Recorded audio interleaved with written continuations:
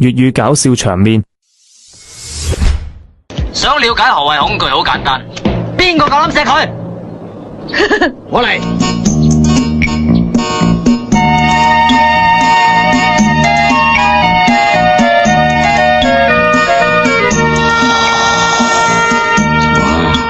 臭到啊！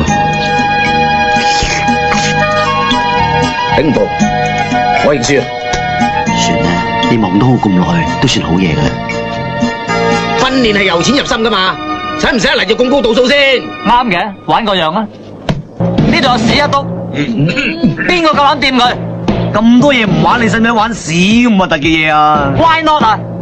你咁講係因為你懶係受過高等教育，出入又懶係上流社會，係你嘅懶係學識認為屎就係無聊同埋污穢嘅，就等於你老母或者大姨媽由細到大話俾你聽鬼就係恐怖嘅一樣。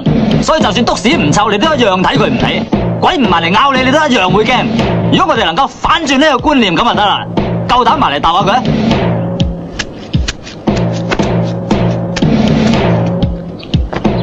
我掂咗啦，體驗到咩恐懼啊？練到啲咩咁巴閉啊？若然係咁咧，救命啊！學嘢呢個時候啦，呢位先生就係擺脫唔到傳統嘅觀念，所以一吻落就死。旁門左動。學下屠刀回頭是岸啊！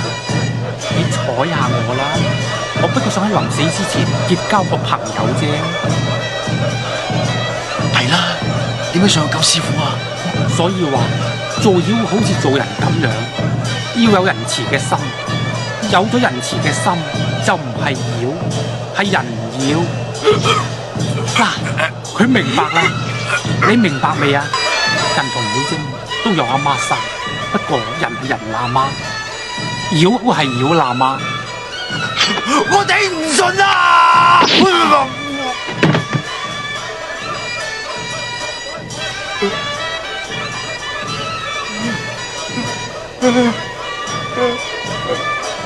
你貴姓啊？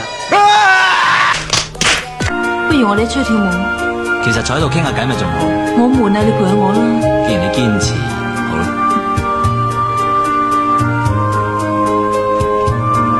哪裏來的駱駝殼呀？撒兩把嘿喲嘿！哪裏來的駱駝？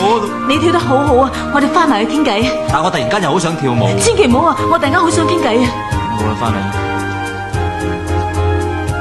其實跳舞呢家嘢咧，唔係一朝一夕，我都係經過長年累月嘅苦練，用血汗同眼淚，加上不屈不撓嘅精神，先換翻嚟今日嘅成就。